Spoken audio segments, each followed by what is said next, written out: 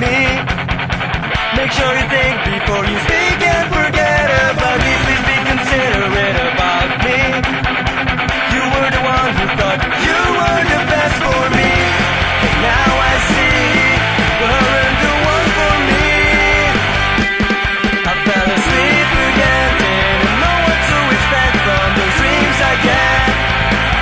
I'm sleepwalking again.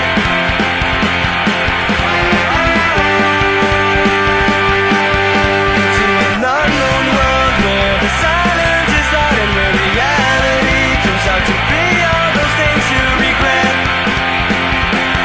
So what if I fall asleep again?